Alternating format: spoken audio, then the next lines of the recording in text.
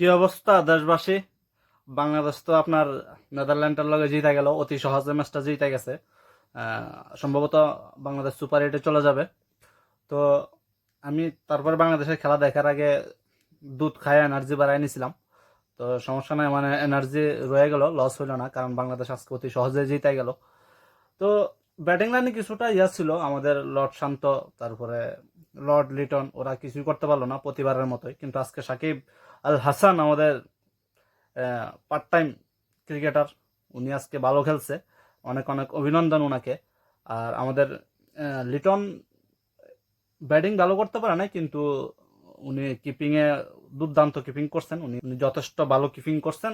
দুইটি দুইটি উইকেট নিছেন উনি স্টাম্পিং এর মাধ্যমে। তো ওগুলা অনেক জোশ ছিল, অনেক সুন্দর হয়েছিল উইকেটগুলা।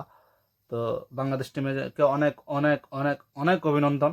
আপনারা আমাদেরকে এত সুন্দর জয় উপহার দেওয়ার জন্য আহ, তার চাইতে বেশি অভিনন্দন, তার চাইতে বেশি আপনাদেরকে কৃতজ্ঞতা জানাই যে আপনারা আমাদেরকে আজকে হার্ট অ্যাটাক হওয়ার মতো অবস্থায় নিয়ে যান নাই। ওই জন্য অনেক অনেক ধন্যবাদ আপনাদেরকে। আমরা, আমার যে এনার্জি ছিল ওগুলো এনার্জি লস হয় না, এনার্জির জায়গায় আছে।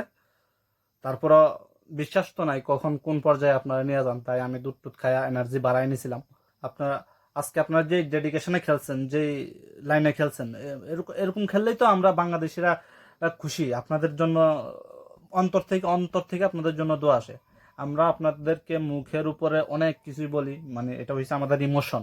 আমরা আপনাদেরকে অনেক অনেক ভালোবাসি বাংলাদেশ টিমকে। ওই জন্য আমরা বাংলাদেশ টিম খারাপ করলে আমাদের খারাপ লাগে, আমরা গালাগালি করি। হয়তো এটা মন থেকে না, উপর থেকে করি, কিন্তু মন থেকে আপনাদের জন্য সবসময় দোয়া থাকে যে আপনারা ভালো খেলেন, ভালো করেন।